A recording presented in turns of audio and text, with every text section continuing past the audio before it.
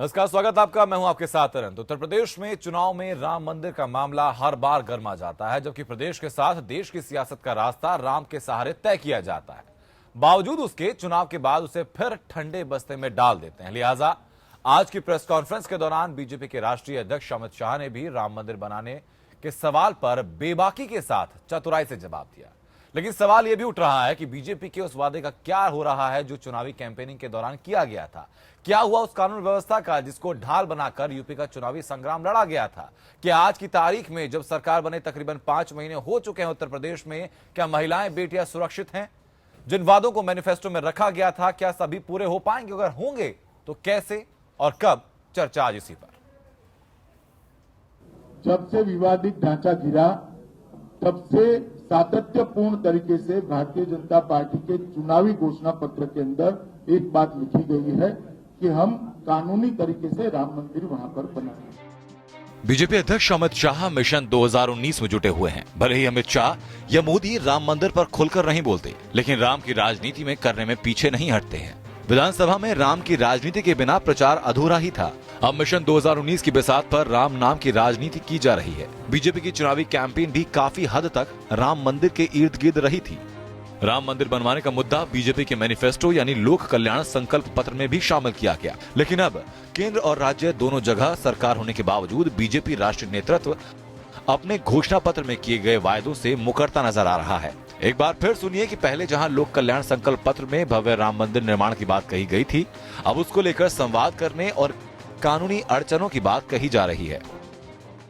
जब से विवादित ढांचा गिरा तब से सातत्यपूर्ण तरीके से भारतीय जनता पार्टी के चुनावी घोषणा पत्र के अंदर एक बात लिखी गई है कि हम कानूनी तरीके से राम मंदिर वहां पर बनाएंगे। कोर्ट के फैसले से राम मंदिर बनेगा या तो संवाद से, सातत्यपूर्ण तरीके से। हमारे स्टैंड में कोई बदल कभी नहीं। दूसरी तरफ विपक्ष सरकार और पार्टी दोनों की मंशा पर सवाल खड़ा कर रहा है। मंदिर का मामला तो न्यायालय में है। अब वो कह रहे हैं न्यायालय से हो या बातचीत से हो, सवाल ये नहीं है भारतीय जनता पार्टी कितने चुनाव लड़ेगी राम मंदिर के नाम पर, कितने चुनाव लड़ेगी अयोध्या के नाम पर। भारतीय जनता पार्टी को देश से मतलब नहीं है, केवल वो किस तरीके से किस मुद्दे पर सरकार में आ सकते हैं वो सारे हथकंडे अपनाते हैं। उन्होंने स्वयं ही सवाल किया, स्वयं ही जवाब दिया और स्वयं ही अपने स्वार्थ सिद्धि की मंशा जाहिर कर दी कि राम के नाम को किस तरीके से वो लोग बेचते हैं। उन्होंने कही दिया कि 2019 है इसलिए बनेगा। भाई, संविधान से ऊपर हट करके अगर आप बनाना चाहेंगे तो भारतीय जनता पार्टी की ईंट से ईंट बजा दी जाएगी। प्रदेश की बिगड़ती कानून व्यवस्था, महिला अधिकारों को संरक्षित करने के लिए 3 तलाक का मुद्दा, एंटी भूमाफिया, स्लॉटर हाउस, अवैध स्लॉटर हाउस को हटवाने, अवैध निर्माण बंद कराना, इन सब मुद्दों को लेकर बड़ी बड़ी बातें कही गई थी। लेकिन तकरीबन 5 महीने बीत जाने के बावजूद कोई ठोस कदम और सकारात्मक नतीजा सामने नहीं आया। और अब हालात ये हैं कि कई मौकों पर सरकार के साथ जनता को संवाद करने में भी दिक्कतें आ रही हैं। सवाल तमाम हैं, लेकिन हल होता किसी का दिखाई नहीं दे रहा। अनामिका सिंह के साथ विक्रम मिश्रा, एपीएन, लखनऊ। और इसी पर चर्चा के लिए कुछ खास मेहमान हमारे साथ, उनका तारुफ आपसे कराते हैं। अतुल चंद्रा हमारे साथ हैं आज पैनल में, वरिष्ठ पत्रकार हैं। दिनेश सिंह हमारे साथ मौजूद हैं बीजेपी से। Doctor HS. रावत हमारे साथ हैं, हिंदू धर्म गुरु हैं आप। कृष्णकांत पांडे कांग्रेस से हमारे साथ हैं। मनोज यादव समाजवादी पार्टी से। बहुत बहुत स्वागत सभी लोगों का। दिनेश जी, ये जो आरोप है कि भाई कब तक राम की राजनीति की जाएगी, क्या कहेंगे इसके ऊपर?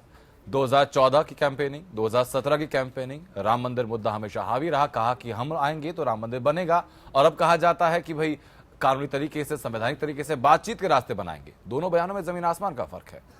हमारे किसी बयान में भी कोई परिवर्तन नहीं है। जो हमने अपने संकल्प पत्र में कहा था वही आज माननीय राष्ट्रीय अध्यक्ष जी अपने प्रेस वार्ता में उन्होंने कहा। कहीं भी कोई बदलाव नहीं है। पता नहीं लोग किस चश्मे से देखते हैं और कहते हैं कि भारतीय जनता पार्टी के एजेंडे में बदलाव आ गया है। हम कहते हैं कि निश्चित तौर पर वहां पर मंदिर, राम मंदिर बनेगा। और राम मंदिर तो बना हुआ है, बनेगा का क्या सवाल है?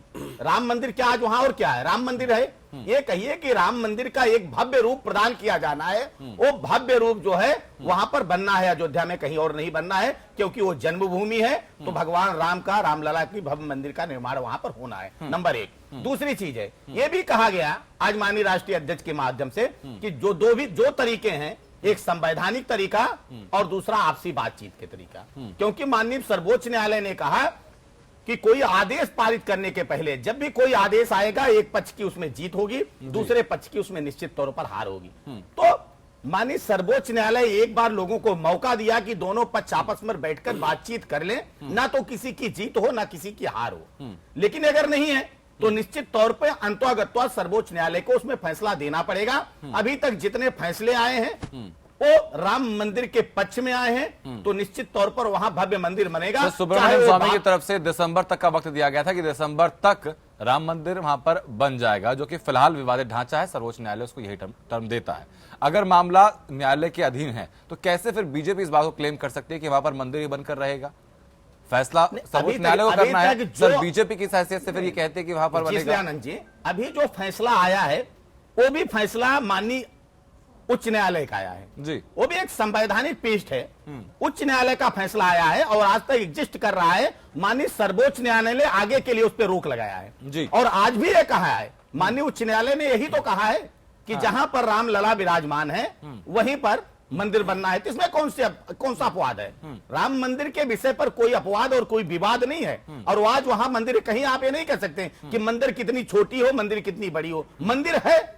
अब उसके भव्यता की बात है, जिस दिन आपस में दोनों पक्ष मिलकर राय मशविरा करके कोई रास्ता निकाल लेंगे, उस दिन भव्य मंदिर बनेगा। या माननीय सर्वोच्च न्यायालय कोई निर्णय दे देगा, उस दिन वहां राम मंदिर बनेगा। चलिए ठीक है। हाँ रावत जी, आप ही के पास आने वाला था। सवाल सिर्फ ये था कि जो पहले चुनावी वादे थे और आज का जो बयान है, क्या दिनेश जी कह रहे हैं कि दोनों चीजें एक ही? क्या दोनों चीजें एक ही हैं? मैं वही इनसे पूछना चाह रहा हूं कि जब 99 का मैनिफेस्टो आया था तो यही था कि मंदिर वहीं बनाएंगे। अभी मंदिर वहां बना हुआ है, अब कहते हैं भव्य बनाएंगे, और फिर एक तरफ कहते हैं कि न्यायालय का सम्मान करेंगे, संवैधानिक तरीके से भी बनाएंगे।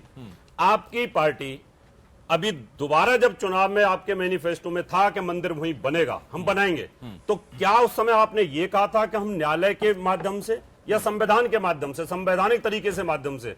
अगर संवैधानिक तरीके के माध्यम से 3 साल आपकी सरकार को हो गए, 3 साल में कोई आप मंदिर के ऊपर बिल लेके आए?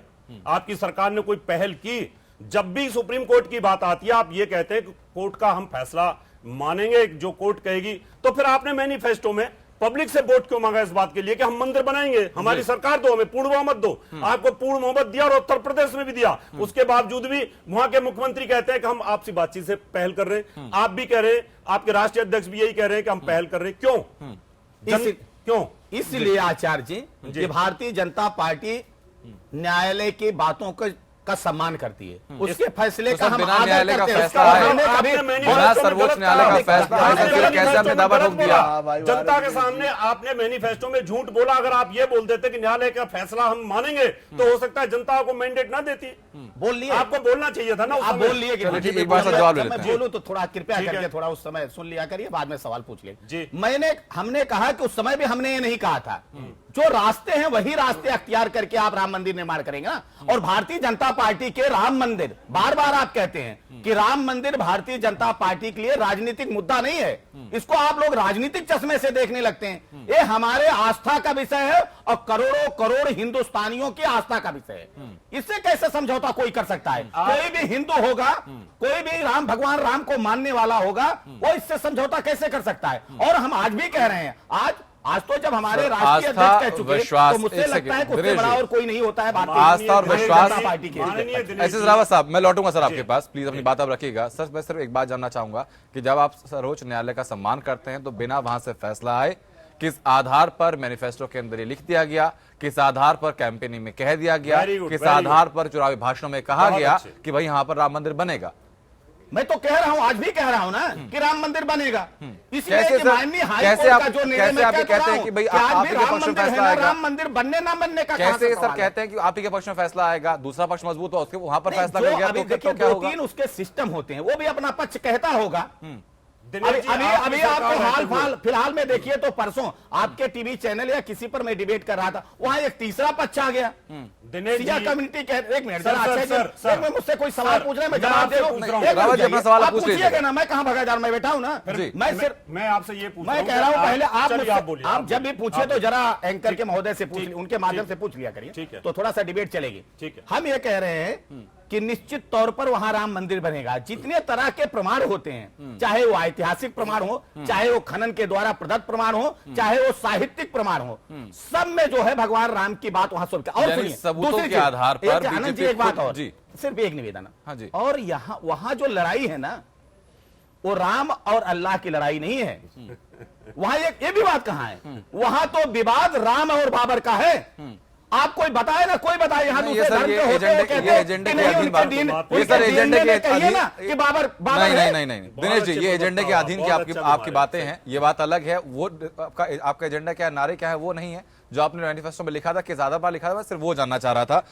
हमारे साथ डॉक्टर कृष्णकांत पांडे जुड़े हुए हैं कांग्रेस से। कृष्णकांत जी, आपकी नजर में क्या वाकई में मंशा साफ बीजेपी की है, उसको बाकी लोग राजनीतिक चश्मे से देखते हैं, या वाकई में दोनों बयानों में कुछ अंतर नजर आता है? अनंत जी, हिंदू धर्मगुरु के रूप में डॉक्टर एच.एस. रावत जी बैठे हुए हैं और कई बार संजोग से इनके साथ डिबेट करने का अवसर मिला है। आज इन्होंने जितनी बातें पूछी है, मैं उन बातों के साथ हूं। इनकी बातें सम्मानजनक है, सही तर्क आज इन्होंने रखा है कि भारतीय जनता पार्टी, केवल मैं ये जानना चाहता हूं कि क्यों डबल स्टैंडर्ड हर जगह अपनाती है। जी, क्या यह डबल स्टैंडर्ड की पार्टी है? जी। जब यह कोर्ट में जाते हैं तो कहते हैं, जब यह कोर्ट में जाते हैं तो कहते हैं कि हमने वो विवादित ढांचा नहीं गिराया, और जब यह कोर्ट के बाहर आते हैं, अयोध्या की सरजमी पे बैठते हैं, तो चाहे विनय कटियार जी हो, चाहे सुश्री उमा भारती जी हो, चाहे वेदांती महाराज जी हो, जी। चाहे मुरली मनोहर जोशी जी हो, ये जितने भी लोग हैं, ये कहते हैं कि मुझे गर्व है कि मैंने यह विवादित ढांचा या बाबरी मस्जिद गिराया। तो आखिर यही बात की एक बयान हल्फी इनको कम से कम कोर्ट में दे देनी चाहिए। अरे क्या होता, इतना ही तो होगा कि सजा हो जाएगी तो राम मंदिर के लिए ही शहीद होंगे, तो यह भी तो इनके पक्ष में ही जाएगा। 16 बार अनंत जी, अब तक भारतीय जनता पार्टी 16 बार भगवान राम, करोड़ों करोड़, हिंदुस्तान नहीं दुनिया में जितने हिंदू हैं, दुनिया के सारे हिंदुओं के आस्था के प्रतीक है भगवान राम। किसी एक के बाप की बपौती नहीं है भगवान राम। और वह भगवान राम को 16 बार भारत के लोकतंत्र में भारतीय जनता पार्टी द्वारा बेचा गया। जी, यह हर चुनाव में ले आते हैं राम मंदिर। आज रावत साहब पूछ रहे थे, मैं उनकी बात से सहमत हूं। आपकी तो बहुमत है लोकसभा में, आप क्यों नहीं कानून ले आ देते राज्यसभा में? ठीक है, उस बारे में सर दिनेश जी से जवाब हम लेंगे। अब उत्तर कृष्णकांत जी वापस लौटूंगा। मनोज यादव, छोटा सा रिएक्शन में चाहूंगा इसी चीज के ऊपर कि राम के बारे में। डबल स्टैंडर्ड छोड़ के कृष्णकांत जी वापस लौटूंगा आपके पास। मनोज यादव, जो मुद्दा उठाया जाता है वो मुद्दे के तौर पर उठाया जाता है, आस्था के तौर पर उठाया जाता है, या फिर उसका राजनीतिक इस्तेमाल किया जाता है राम नाम का? अनंत जी, राम किसी एक के नहीं है। राम हिंदुस्तान में भी है, राम कंबोडिया में भी है, राम लंदन में भी है और राम अमेरिका में भी है। जहां जहां हिंदू है वहां पे राम है। ये अगर विवादित है, यहां एक इतना स्थल ही विवादित है, जैसा कि हमारे कांग्रेस के साथी कह रहे थे, ये बार बार राम का नाम लेके आते हैं, उनके नाम पे शासन करते हैं और शासन करके राम को भूल जाते हैं। कांग्रेस ने ताला खुलवाया था उस मंदिर का। कांग्रेस ने कभी विरोध नहीं किया, समाजवादी पार्टी भी नहीं चाहती है। ना कीजिए, कोर्ट की तरफ से सर ऑर्डर था, नहीं चाहती है। कोर्ट ने खुलवाया, वो सर कोर्ट की तरफ से ऑर्डर था, उसमें किसी पॉलिटिकल पार्टी का आप इन्वॉल्वमेंट ना रखें। बिल्कुल बिल्कुल बिल्कुल। हाँ। मैं आपसे कहना चाह रहा हूं, समाजवादी पार्टी का ये नहीं चाहती कि मंदिर न बने। हाँ। लेकिन अगर किसी के धर्मस्थल को तोड़ के बनाया जाए, हाँ। तो ये सोचने का विषय है। एक धर्मस्थल किसी के दूसरे धर्म सवाल सर आज का ये नहीं है मनोज जी कि मंदिर बने ना बने, कैसे बने। अतुल चंद्रा जी, सवाल सिर्फ आज का ये है कि क्या बीजेपी का क्या आधार रहा है? अगर कोर्ट में मामला है तो बीजेपी दावा ठोक देती है कि भाई मंदिर वहां बनकर रहेगा। अगर इसको इस्तेमाल ना कहा जाए तो फिर क्या कहा जाए? आनंद जी, आप अगर याद करें तो 92 से क्या उससे पहले ही, लेकिन हम 92 को इसलिए कहते हैं क्योंकि 6 दिसंबर जो है वो एक जी। ऐतिहासिक तारीख बन गई है। भारतीय जनता पार्टी ने इस मुद्दे को पॉलिटिकली पूरी तरह से कैश किया है और जैसे जैसे ये लगा उनको कि अब राम जन्मभूमि के नाम पर हमको वोट नहीं मिलेंगे, तो उन्होंने और इश्यूज रेज करना शुरू किए, जैसे ट्रिपल तलाक, घर वापसी। उसी तरह से अब क्या हो रहा है कि इनके ऊपर ये दबाव तो है कि मंदिर बनाना है। मंदिर बनाने के लिए नृत्य गोपाल दास और कुछ और महंत, सुब्रमण्यम स्वामी, ये सब लोग कह चुके हैं कि 2018 से जी मंदिर निर्माण शुरू हो जाएगा। जी वहां पर पत्थर पहुंच रहे हैं। कितनी तादाद खुद में मुख्यमंत्री पत्थर वहां पहुंच पहुंचकर गए, कहते हैं कि इधर तो पहले मैं कुछ हिंदू हूं, खबर उसके बाद मैं मुख्यमंत्री हूं। उसके बाद मैं मुख्यमंत्री हूं। अच्छा, जी। मुख्यमंत्री भी वही बात कहते हैं जो आज अध्यक्ष जी ने कही, अमित शाह ने कही कि संवाद या फिर कोर्ट। अब इसमें क्या हो रहा है कि एक दुविधा की स्थिति बनी हुई है। जी बीजेपी की एक जो छवि बनाने की कोशिश की जा रही है कि हम कोर्ट का सम्मान करते हैं, जबकि कल्याण सिंह ने जिस तरह से कोर्ट की अवमानना करी थी वो सबको याद है। जी कंटेम्प्ट भी हुआ था उनका। तो वो बातें हैं, ये सिर्फ जनता को एक भुलावे में रखने की हैं। जी ये न्यायालय से अगर नहीं होगा, और न्यायालय ने जैसे कहा है कि आप लोग बातचीत से इसको हल करिए, तो फिर ये बातचीत से तो हल होने से रहा। जी जहां तक उम्मीद है कि ये विधेयक ला करके इसको करेंगे, पर अभी वो जी। स्थिति नहीं आने दे रहे हैं, क्योंकि चुनाव से पहले अगर कुछ करेंगे तो फिर 2019 के चुनाव में ठीक है। कमजोर पड़ अतुल जी जाएंगे। वापस लौटूंगा। दिनेश सिंह से सवाल रहेगा। सर, घूमकर सवाल मेरा फिर वही है कि जब आप संविधान के तहत अदालत के हर चीज का आप बहुत सम्मान करते हैं, तो किस आधार पर मैनिफेस्टो में ये चीज शामिल कर ली गई थी? बहुत सही अनंत जी बात कर रहे हैं। मैं आपके इस प्रश्न का जवाब दूंगा। मुझे लगता है मैं जो कहने चल रहा हूं उसी में जवाब भी मिल जाएगा। जी हमारे 2 अन्य दलों के साथियों ने अपनी बात रखी। अभी हमारे कांग्रेस के साथी कह रहे थे कि एक शपथ पत्र, एक एफिडेविट देके आपको कह देना चाहिए। और जब कांग्रेस और समाजवादी पार्टी के लोग राम जन्मभूमि पर कोई बात करते हैं तो मुझको हंसी आती है। हंसी किस बात के लिए आती है? कांग्रेस के वो साथी हैं, वो कह रहे थे कि दुविधा है भारतीय जनता पार्टी को। दुविधा कांग्रेस को है। आप ही लोग थे ना जो एफिडेविट देकर राम के अस्तित्व को नकार रहे थे। आज आप राम के अस्तित्व को कह रहे हैं कि देश नहीं पूरी दुनिया का ख्याल है आपको। उस समय आपके एक प्रवक्ता ने नहीं कहा। तुम जैसे सुनिए, जरा सुनिए किसकान जी, सुनिए। आपके भी नाम में केस लगा, जरा रुकिए, धैर्य रखिए। आपकी पार्टी ने, आपकी पार्टी की सरकार ने, आपके पार्टी की सरकार ने सर्वोच्च न्यायालय में एफिडेविट देकर कहा था कि राम काल्पनिक है। आपकी पार्टी ने कहा था। आज आप बैठ के हम भाषणबाजी कर रहे हैं, शर्म नहीं आती है? दूसरी चीज, समुद्रम परियोजना पर आपकी सरकार थी। महाराज आप शांत रहिए। अब आ जाइए मनोज जी की बात, जरा सुनिए। सारे मामले जरा सुनने का कृष्णकांत जी जवाब एक बार सुन लीजिए, उसके बाद सर मैं वापस लौटूंगा आपके जवाब पास। देने का मादा होना चाहिए किसकांत मंदिर जी। के नाम पे आप बोलते हैं, मैं सुनता हूं। कृष्णकांत जी वापस मैं लौटूंगा अभी आपके पास। मैं जवाब देता हूं, आप सुन लीजिए, जवाब दीजिएगा। दोहरा मापदंड आपकी पार्टी अपनाती है और जो बची खुची पार्टी होती है वो पार्टी अपनाती है समाजवादी पार्टी। कांग्रेस पार्टी भी कही थी, आपके प्रधानमंत्री और देश के प्रधानमंत्री थे, आपके नहीं, कि देश के संसाधनों पर पहला अधिकार किसका था, कहने की जरूरत नहीं है। वो देश के प्रधानमंत्री थे, आपके पार्टी के नेता थे। दूसरी अब आ जाइए समाजवादी पार्टी की तरफ। समाजवादी पार्टी वही पार्टी है जो राम भक्तों पर गोली चलवाती है, बाद में इनके नेता अफसोस जाहिर करते हैं। तो दोहरा स्टैंडर्ड किसका है? स्टैंड आप लोगों का दोहरा हो सकता है। भारतीय जनता पार्टी का स्पष्ट मानना है कि वहां राम मंदिर बनना है, बनेगा, बनकर रहेगा। रास्ता उसका कौन सा होगा?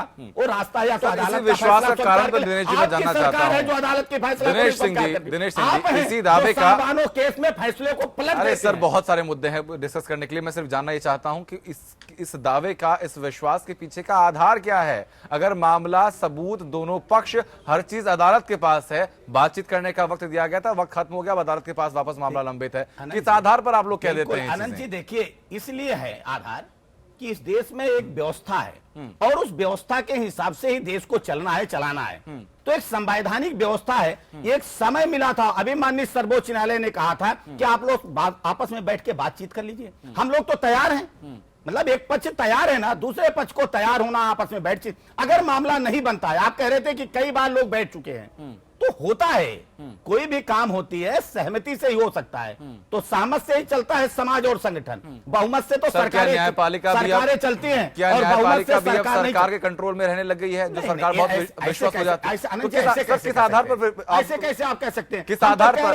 जो भी फैसला आएगा सर्वोच्च न्यायालय का, उसको हमारी सरकार मानेगी। हमारी सरकार कांग्रेस पार्टी की सरकार नहीं है जो फैसले को बदलने का काम करती है। एच एस रावत साहब, क्या दोहरा मापदंड यहाँ नजर नहीं आता? एक तरफ कहा जाता है कि जो पत्र में सरकार वो मानेगी जो अदालत कहेगी। क्या व्यापारी है? कृष्णकांत जी, क्या कर माननीय दिनेश जी से मैं ये पूछना अनंत चाहता जी। हूं कि अगर आपकी सरकार रहते हुए 2019 तक सुप्रीम कोर्ट का कोई फैसला नहीं आता है, तो क्या होगा आपके मैनिफेस्टो का, जो आपने पब्लिक से वादा किया था, जनता से वादा किया था कि हमारी सरकार बनाइए, फुल मोहब्बत दीजिए, हम कहीं ना कहीं मंदिर निर्माण जरूर कराएंगे, और अब आपने टाल दिया सुप्रीम कोर्ट के ऊपर और संवाद के ऊपर कि संवैधानिक तरीके से होगा। अगर 2019 तक कोर्ट का फैसला नहीं आता और ये लटकता है जैसे कि इतने सालों से लटक रहा है, तो दिनेश जी आप किस मुंह से पब्लिक के पास दोबारा वोट मांगने के लिए जाएंगे?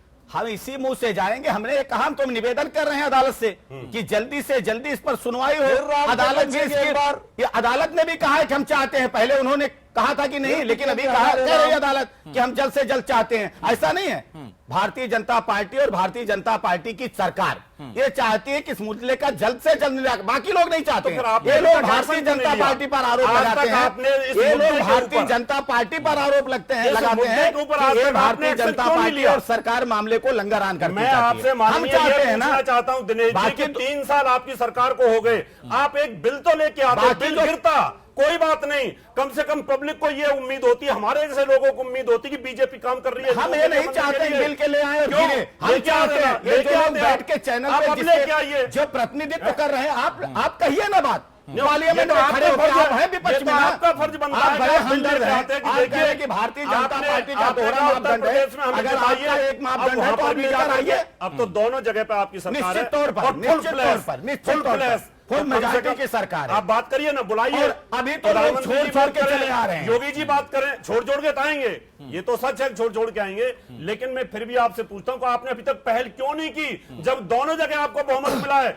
फुल मैंडेट मिला है? पहल की हमारे मुख्यमंत्री जब जाते हैं, अभी आपने आनंद जी ने कहा था कि अयोध्या गए तो उन्होंने कहा, एक सवाल भी हुआ है कि पहले मैं राम भक्त हूं, फिर उसके बाद मुख्यमंत्री। आप इस बयान को वाजिब मानते हैं? रावत जी एक सेकंड, एच एस रावत साहब, मैं लौटूंगा आपके पास। समझिए आनंद जी, उनके कहने का भाव था कि मुख्यमंत्री के पहले भी वो राम भक्त थे और मुख्यमंत्री के सर संवैधानिक पद पर आसीन होने के बाद दिनेश सिंह जी, एच एस रावत साहब वापस कह रहा हूं, दिनेश जी संवैधान तो प्रदेश के मुखिया ही हैं। हाँ। इसमें कहां संदेह है जी, इसमें कहां ठीक संदेह है। है? सर एक सवाल का जवाब मैं चाहूंगा कि अतुल चंद्रा जी आप दें कि संवैधानिक पद पर आसीन होने के बाद क्या जात, धर्म या बिरादरी क्या कोई मायने रखती है? अगर उस आधार पर अगर चीजें होने लगी तो फिर सबका साथ सबका विकास के नारे का क्या होगा? नहीं, बिल्कुल नहीं। उस अगर आप संवैधानिक पद पे हैं, उसमें भी आप जात और धर्म के आधार पर कुछ बात कर रहे हैं तो वो तो बिल्कुल गलत है। फिर तो आप संवैधानिक पद पर रहने के हकदार ही नहीं हैं, अगर आप डेमोक्रेसी के नज़रिए से देखें तो। लेकिन वो होता कहाँ है? हम थोड़ा सा डाइवर्जन करते हैं। जैसे भारतीय जनता पार्टी कह रही है कि वो जाति और धर्म की राजनीति में बिल्कुल विश्वास नहीं करती है, लेकिन अभी पार्टी के अध्यक्ष कह गए हैं कि यादवों को और जाटवों को अधिक से अधिक संख्या में पार्टी से जोड़ा जाए जी। तो उसी तरह से कथनी और करनी में इन लोग फर्क तो है। जो अग्रेसिव पॉस्चर लेकर के ये लोग मंदिर निर्माण की बात कर रहे थे, उससे अब ऐसा लगता है कि पीछे हटे हुए हैं जी। वो स्ट्रेटेजिक है क्योंकि अभी राज्यसभा में उनके पास संख्या नहीं है, इसलिए है। शायद होने वाले चुनावों के बाद कुछ उनको ताकत मिल जाए वहां पर राज्यसभा में भी जी। तो ये जो इशू है, इसके ऊपर भारतीय जनता पार्टी क्यों इस तरह से कर रही है, ये शायद जैसे हमने कहा कि लोगों को भुलावे में रखने के लिए किए हुए हैं कि भाई हाँ। इसके अलावा सर मंदिर कुछ जो और है भी वो मुद्दे हैं जो हमारे उत्तर प्रदेश लिए- के चुनाव के दौरान मैनिफेस्टो में शामिल किए गए थे। मसलन एंटी रोमो स्क्वाड का गठन किया गया था, महिला सुरक्षा के लिए ट्रिपल तलाक वाला मुद्दा उठा लॉ एंड ऑर्डर जो कानून व्यवस्था जो कि मेन मुद्दा था चुनाव के दौरान का, उसके हालात क्या हैं। ऐसी चीजें हैं जिनके ऊपर सवाल लगातार उठ रहे हैं। Dinesh ji, law and order को सबसे बड़ा मुद्दा बनाया था बीजेपी ने, निश्चित समाजवादी पार्टी के ऊपर निशाना साधा गया था, लोगों का अविश्वास हुआ सपा के ऊपर, आपको मैंडेट दिया गया। 5 महीने के अंदर ताबड़तोड़ तरीके से अपराध का ग्राफ बढ़ा है। इसके लिए आप सर पुलिस थानों की रिपोर्ट आप कंसल्ट कर सकते हैं। क्या हुआ उस वादे का, क्यों स्थिति कंट्रोल में नहीं? अनंत जी, आप ये नहीं कह सकते मैं नहीं कह रहा हूं कि अपराध खत्म हो गया है, लेकिन अपराध में कमी आई। आप जो कह रहे हैं कि थानों की रिपोर्ट उठा के देख लीजिए, उसका कारण सिर्फ ये है कि जो आंकड़े बढ़े हैं, आज 100% एफआईआर दर्ज हो रही है। कोई मामला थाने में जाता है तो बिना एफआईआर को कोई वापस नहीं आ रहा और किसी अपराधी के साथ कोई खड़ा नहीं हो रहा है, इसलिए आंकड़े बढ़े हैं। और आज राष्ट्रीय अध्यक्ष जी ने खुद कहा है कि थोड़ा सा वक्त दीजिए, और भारतीय जनता पार्टी का कार्यकर्ता होने के नाते मैं खुद कह रहा हूं कि भाई समय लग रहा है। अभी सारी चीजें जो आप कह रहे थे महिला सुरक्षा के नाम पर, अगर महिला सुरक्षा के नाम पर या कानून व्यवस्था के नाम पर हम उत्तर प्रदेश में आए हैं, हम उत्तर प्रदेश में सुशासन के नाम पे आए हैं, हम उत्तर प्रदेश को भ्रष्टाचार मुक्त उत्तर प्रदेश देने के नाम आए हैं, उत्तर प्रदेश को उत्तम प्रदेश बनाने के नाम पे आए हैं, तो आप थोड़ा सा और समय दीजिए। आप जो हम कह रहे हैं वो अक्षरशः उसको हम उत्तर प्रदेश में करके आप कह रहे हैं कि सर अब एफआईआर लॉन्च होने लग गई है इसलिए अपराध बढ़ा है, वो तर्कसंगत है कि नहीं है ये हम अपने विशेषज्ञ से जानेंगे। लेकिन जमीनी हकीकत की सच्चाई सर ये भी है कि एक आम आदमी की हैसियत नहीं हो पाती कि थाने में जाकर अपनी रिपोर्ट या एफआईआर वो लॉन्च करा सके। कारण यह है कि पुलिस के पास बर्डन इतना ज्यादा कि वो कतराते हैं, और ये नहीं है तो ग्राउंड रियलिटी आप हमारे साथ चलिए, फिर खुद आपको दिखा देगा ये चीजें। तो ऐसा नहीं है कि 100% एफआईआर दर्ज हो रही है, ऐसा नहीं है, बिल्कुल फैक्ट नहीं है। मैं कह रहा हूँ ये सिस्टम ऐसा बन चुका है इतने दिनों से, ये सिस्टम ऐसा बन चुका है ना, कौन मना कर रहा है कि अच्छे लोग थानों में जाने से कतराते हैं, कौन कह रहा है? उसको माहौल को बनाने में, वातावरण को बनाने में, और जो गुंडे हैं उनको जाने में डर नहीं लगता है। एक इस तरह का वातावरण उत्तर प्रदेश में बना हुआ इतने सालों से, और आप 2 दिन में नहीं, उसमें सुधार आ रहा है। आज मुख्यमंत्री आवास पे लोग जा रहे हैं मिलने के लिए ना, लोग बैठे होते हैं, मुख्यमंत्री जाकर सबसे मिलते हैं। एक नई परंपरा शुरू हुई, नहीं तो मुख्यमंत्री बैठे होते थे, लोग जाकर मिलते थे। थोड़े से हालात बदलने में, माहौल बदलने में थोड़ा वक्त लगेगा। मैं मानता हूं 100% सड़कें गड्ढा मुक्त नहीं हो पाई हैं, मैं मानता हूं। बारिश के बाद सर वही गड्ढे दोबारा पैदा हो गए। मैं खुद आपसे कह रहा हूं, आपने नाम नहीं लिया, और दोबारा मैं कह रहा हूं कि हो सकता है आपको 24 घंटे भी जितना हम करें बिजली ना मिल पा रही हो, लेकिन हालातों में सुधार हुआ है। आप थोड़ा सा समय दीजिए, मैं कह रहा हूं, मैं समय मांग रहा हूं, और करके दिखाऊंगा। मुझे पता है अगर हम जनता के किए वादे पूरा नहीं करेंगे वही हसर होगा जो बाकी लोगों का। समय सर बिल्कुल है, 100 दिन का आपने वादा किया था संकल्प पत्र कि भाई हम दाखिल करेंगे श्वेत पत्र अपना उस पक्ष पे। 100 दिन में कोई खास अंतर देखने के लिए नहीं मिला था। मनोज यादव, पिछली सरकार आपकी रही है, 5 जो महीने का वक्त होता है, क्या वो इतना कम होता है कि सिग्निफिकेंट चेंजेस लोग देख ना पाए? आनंद जी, समय हो चुका है। 5 महीने में जो भी स्थितियों को नियंत्रण करना चाहिए था अब तक करी जा सकती थी, लेकिन मैं दावे के साथ कह रहा हूं कि स्थितियां इनके हाथ से बाहर हैं। मैं जवाब एक बात का देना चाहूंगा डॉक्टर रावत जी का। इन्होंने कहा था कि योगी जी भी हैं और प्रधानमंत्री जी भी हैं, फिर भी नहीं मंदिर बनाने की बात कर रहे हैं। उस बात को मैं बड़ी सिंपल लाइन में कहूंगा, मंदिर संविधान से बन सकता है, बिना संविधान के अगर संविधान का उल्लंघन करके बनाने जाने की बात की होगी तो कभी मंदिर नहीं बन पाएगा। दूसरी बात, भाजपा की सरकार जब कभी आती है तो राम के नाम पे आती है, और रात के 12 बजे नोटबंदी लागू कर देती है, रात के 12 बजे जीएसटी लागू कर देती है, लेकिन राम के नाम पे कोई कानून नहीं लेके आ सकते हैं रात के 12 बजे। इनकी इच्छा शक्ति नहीं है, वो मुद्दा ये खत्म नहीं करना चाहते हैं। और आज उत्तर प्रदेश के जो हालात है, हमारे दिनेश जी ने बताया कि एफआईआर को लेके मेरे रिलेटिव अंबेडकर नगर आलापुर थाना में 1.5 लाख रुपए की चोरी हो गई, एफआईआर नहीं लिखी गई। मेरा दोस्त यही चिन्हट थाने लखनऊ में, उसको 8 टाके लगे और उसको एफआईआर नहीं लिखी गई, रिश्वत दूसरी पार्टी से लेके उसको भगा दिया गया। क्या बात करते हैं? मेरे पास अगर मैं आंकड़े रखूंगा तो 10 लोगों के आंकड़े रख सकता हूं जो एफआईआर पार्टी की सरकार नहीं है कि नेता है तो उनके भाई के साथ कोई खड़ा हो जाएगा। निश्चित तौर पर जाना पड़ेगा थाने तक, सिर्फ बता देने से नहीं हो जाएगा। अरे थाने से भगा दिया गया दिनेश जी, टीवी पे बैठ के जनता को बरगलाइए में। अगर हिम्मत है आप भारतीय जनता पार्टी के शासन पर आप कह रहे हैं कि 5 करिए। महीने बहुत होते हैं और 5 साल में आपने अपने मुख्यमंत्री को नहीं बता पाए कि 5 साल कम होते हैं। अगर 5 महीने बहुत होते थे तो आप कर लेते नियंत्रण। अरे जिस तरह से अपराधियों की साठगांठ समाजवादी पार्टी के शासन में रही है उसको तोड़ने में थोड़ा वक्त रहा है। धैर्य रखिए, धैर्य रखिए, धैर्य रखिए। एक एक करके सारे मामले सामने आ रहे हैं, बस थोड़ा सा इंतजार करिए। हालात बदलने वाले बदल रहे हैं उत्तर प्रदेश के। तो बदलते हालातों की बात भी हम लोग करेंगे और कौन कौन लोग रात को जीएसटी लागू हो गए। ठीक है मनोज यादव, सर चर्चा डिटेल हम लोग नहीं करते हैं। जनता को तकलीफ मनोज जी, नहीं है। चर्चा डिटेल हम और लोग, साफ दिनेश जी बोलने वापस में मुद्दा लौटूंगा आप आपके चुनाव पास। में उठाए थे। दिनेश जी वापस में लौटूंगा आपके पास। नोटबंदी का मुद्दा आप चुनाव में लेके घूम रहे ठीक थे, है सर, जनता ने खारिज कर दिनेश दिया। जी वापस में लौटूंगा। अच्छा रावत साहब, महिलाओं की सुरक्षा को लेकर भी सरकार बड़ी कंसर्न थी। शुरुआती तौर पर ताबड़तोड़ फैसले लिए गए, एंटी रोमियो स्क्वाड का गठन भी हो गया। हालांकि कुछ उसमें गलत चीजें भी सामने आई, उसका दुरुपयोग भी सामने आया, लेकिन अचानक एंटी रोमियो स्क्वाड गायब हो गई। महिलाओं के साथ जो छेड़छाड़ की घटनाएं थी, रेप की घटनाएं थी, लगातार सामने आने लगी। तो क्या उसमें भी तर्क यही माने कि भाई अब रिपोर्ट दर्ज हो रही है इसलिए लोग जान रहे हैं? देखिए आनंद जी, ऐसा है, मैं मंदिर के मुद्दे पर जरूर इन दोनों से, दिनेश जी से मैं खपा हूं, क्योंकि ये संतोषजनक यहाँ जवाब नहीं दे पा रहे हैं। बात को बहुत अच्छे तरीके से, जैसे प्रवक्ता घुमाते हैं ना, जो नेता घुमाते हैं, वो बात को मोटिवेट करके घुमा रहे हैं यहाँ पर। लेकिन बात अगर मैं योगी जी की बात करता हूं तो वहां काम हो रहा है।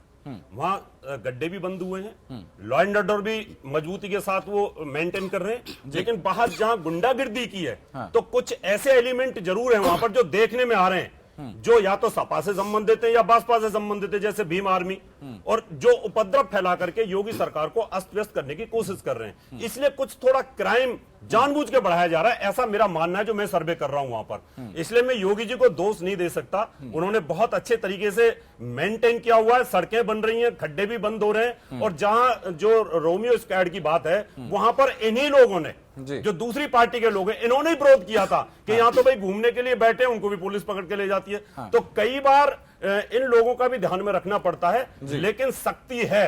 और ज्यादातर जो इस तरह के केस कहीं हो भी जाते हैं तो ऐसे केसों को फिर मनोज जी जैसे, यादव जी जैसे, फिर उसको उठा देते हैं कि देखिए योगी सरकार फेल हो रही है। लेकिन मैं मोदी सरकार जी के फेवर में इसलिए हूं कि वो काम करने में सक्षम है, वो ईमानदार आदमी है, वो करप्ट नहीं है, लेकिन करप्ट सिस्टम को सुधारने में समय जरूर लगेगा। ठीक है, तो चंद्रा साहब इत्तेफाक रखते हैं इस बात से कि भाई पहले के मुकाबले अपराध कंट्रोल में आया है। जिस एक इंटेंशन के साथ एंटी रोमियो स्क्वाड का गठन हुआ था, वो इंटेंशन पूरी हो रही है। महिलाएं आज की तारीख में सुरक्षित हैं, सड़कों पर घूम सकती हैं आसानी से। देखिए, हम बिल्कुल दिनेश सिंह जी से तो हम पहले इस बात के ऊपर डिसएग्री करते हैं कि अब एफआईआर लिखी जा रही है। हम आपको अपने अनुभव से बता रहे हैं कि इससे पहले वाली सरकार में अगर आप डीजीपी से बात करते तो उनका भी यही कहना था, दावा था, जबकि वो बहुत ही ईमानदार और एफिशिएंट पुलिस ऑफिसर माने जाते हैं। उनका भी यही कहना था कि अब एफआईआर लिखी जा रही है। जी। समाजवादी पार्टी से पहले मायावती सरकार में भी यही दावा होता था कि अब एफआईआर लिखी जा रही है। जी। तो एफआईआर लिखी जा रही है, सब लोग ये कहते हैं, इसलिए क्राइम बढ़ा हुआ नजर आता है। जी। जबकि सच्चाई यह है कि क्राइम बढ़ा हुआ है, और ये भी सही है कि कई ऐसे केसेस होते हैं जिसमें एफआईआर पुलिस वाले नहीं लिखते। लखनऊ में ही ऐसे जो मनोज जी ने बताया, उसके अलावा कई केसेस ऐसे हुए हैं जिसमें लोगों को भगा दिया गया है, जी, मुकदमा ही नहीं लिखा गया है। बिल्कुल। बात जो अभी हुई एंटी रोमियो स्क्वाड की, तो लखनऊ में इंदिरा नगर के पास एक कोचिंग इंस्टीट्यूट है, वहां पे जब लड़कियां निकलती थी तो उनको छेड़ते थे शोधे। जब आकर के मालिक ने प्रोटेस्ट किया तो उसको मारा गया। एंटी रोमियो स्क्वाड का उस जगह पर कोई अता पता नहीं था। जी। एक और लड़कियों के स्कूल के बाहर भी यही होता था।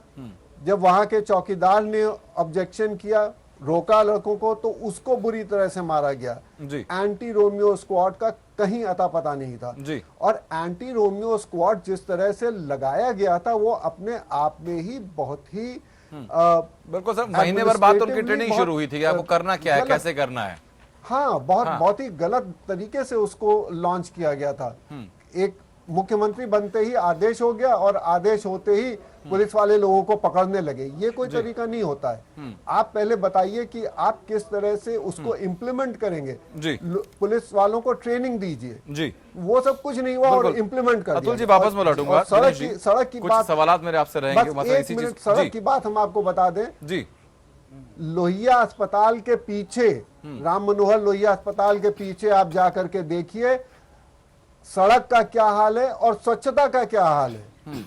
मतलब एक अस्पताल के पीछे गंदगी और टूटी सड़क अगर आपको देखनी है तो आप राम मनोहर लोहिया अस्पताल, जो लखनऊ का प्रेस्टिजियस अस्पताल है जी सरकारी क्षेत्र में, वहां पर जाकर के आप देख लीजिए।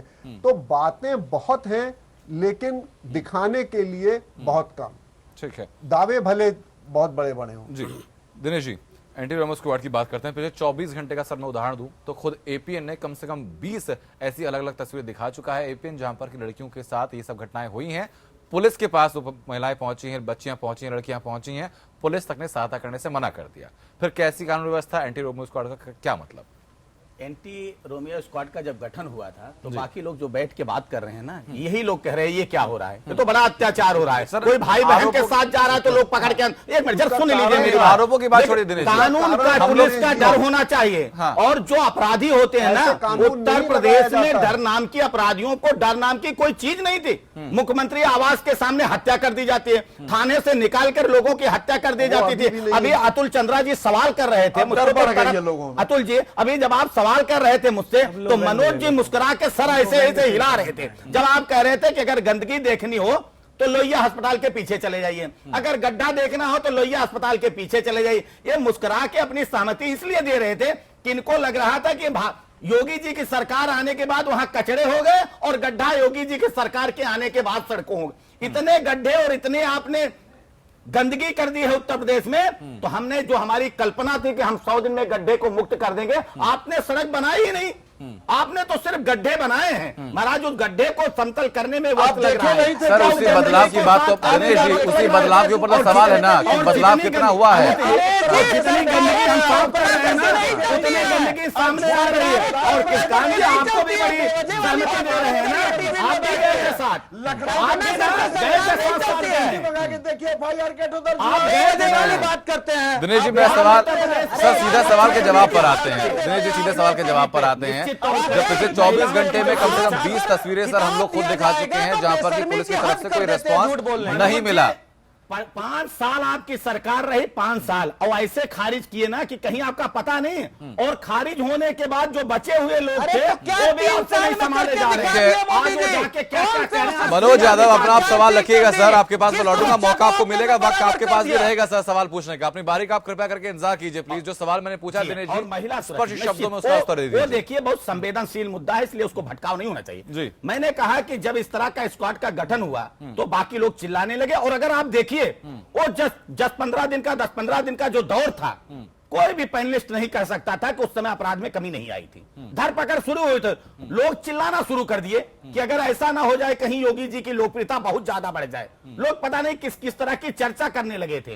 अरे सोनों को पकड़ने का काम कर रहे तो चिल्लाने लगे। और आपने कहा दूसरा रास्ता भी कितना सक्सेसफुल हुआ है एंटी रोमो स्क्वाड, कोई ट्रैक रिकॉर्ड है? कह रहे हैं कि पुलिस वालों को छुट्टी देने की जरूरत है। दिनेश जी सर एंटी रोमो स्क्वाड का क्या कोई ट्रैक है कि आपने एक अलग स्क्वाड बनाया गया, कितना काम किया?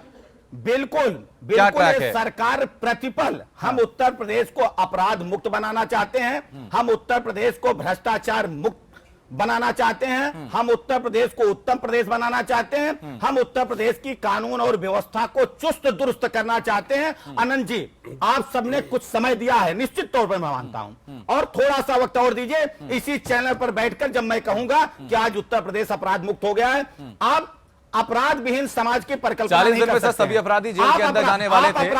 40 दिन में सभी अपराधी अंदर, इनको तकलीफ हो सर गई। 40 दिन में सभी अपराधी सरकार बनने के बाद 40 दिन के अंदर सभी अपराधी या तो तड़ीपार होने वाले थे प्रदेश के बाहर या फिर जेल के अंदर जाने वाले थे। 5 महीने बाद सर 5 महीने बाद सर उस टाइम आपने टर्म्स एंड कंडीशन नहीं दी थी कि क्या है? 5 महीने बाद कितने अपराधियों को जेल भेजा है आपने? दिनेश जी से मेरा एक सवाल है, वो कह रहे हैं भ्रष्टाचार मुक्त करेंगे, और जो भ्रष्टाचारी जो लोग नेता हैं वो इनकी पार्टी ने ले लिए और अभी भी ले रहे हैं, तो क्या आप स्पेशल ट्रेनिंग देंगे क्या दिनेश जी कि भाई वो भ्रष्टाचार मुक्त हो जाए? आचार्य जी आपने बहुत सवाल अच्छा किया जी। बहुत से लोग केंद्र की सरकार में भी आए हैं जी। 3 साल की सरकार हो गई ना, कोई घटना आप बता दीजिए। हो सकता है वो भ्रष्टाचारी क्यों बने? एक आदमी तो बीपीएल से जाकर पता नहीं अरबपति बन गया। एक पार्टी में जाता है आदमी बीपीएल से अरबपति बन जाता है, ऐसे ही सर बाबू सिंह कुशवाहा को अपने पार्टी में लेकर आए थे आप। दूसरी पार्टी में आ जाता है, अच्छी छवि का होके जाता है तो आए। आज 3 साल हो गए केंद्र सरकार ना, और यही उत्तर प्रदेश में भी भारतीय जनता की पार्टी की सरकार सर एक अपराध छोटा सा सवाल दिनेश जी रहेगा, उसके बाद आपको जाना भी भ्रष्टाचार है, करेंगे। जी, उसको आपको जाना भी है।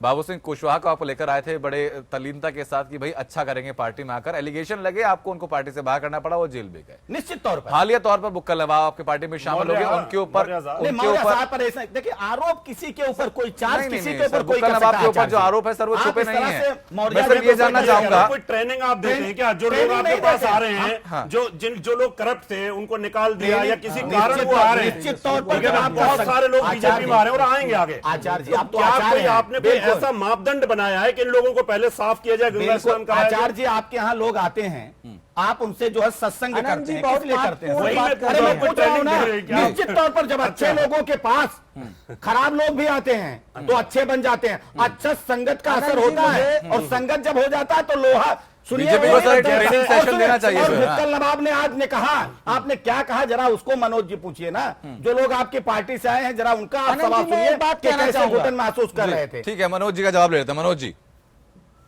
जी अनंत जी, मैं अभी 2-4 दिन पहले रजत शर्मा जी की आपका अदालत का प्रोग्राम देख रहा था, जिसमें उत्तर प्रदेश के माननीय मुख्यमंत्री योगी आदित्यनाथ जी थे। उनका ये बयान है और मैं इसको क्लेम करके कह रहा हूं। उन्होंने बयान में कहा कि उत्तर प्रदेश में अपराधियों को ठोक दिया जाएगा।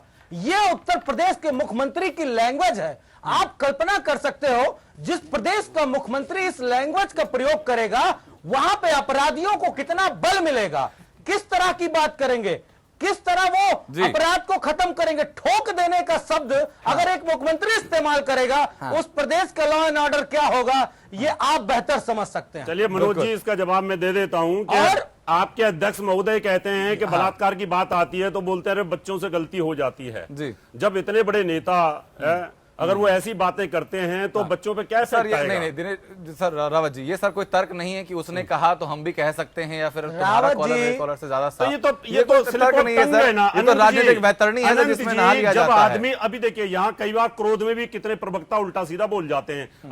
अभी दिनेश जी गए तो उन्होंने कृष्णकांत जी को बोला तो शर्म आनी चाहिए। प्रवक्ता अगर अपना कोई भी अपना आवेश में खो देता है अपना संतुलन तो ये स्थिति आती है। अभी यहाँ दिनेश जी ने खुद ही बोला कि शर्म आनी चाहिए कृष्णकांत जी को, जो गलत था, शब्द नहीं बोलना चाहिए था उनको। तो ऐसे हो सकता है आवेश में आकर के ऐसे शब्द मुलायम पांडे निकल सकते हैं और राहुल पांडे जी से भी निकल सकते हैं। क्या ऐसी किसी वैतरणी से कांग्रेस भी वाकिफ है कि भाई अगर किसी दल में कोई व्यक्ति गलत कर रहा है कि आपके दल में आते ही वो एकदम पाक साफ हो जाता है? कौन सी वैतरणी है, कहां की, ये कौन से पानी से नहलाया जाता है व्यक्ति को?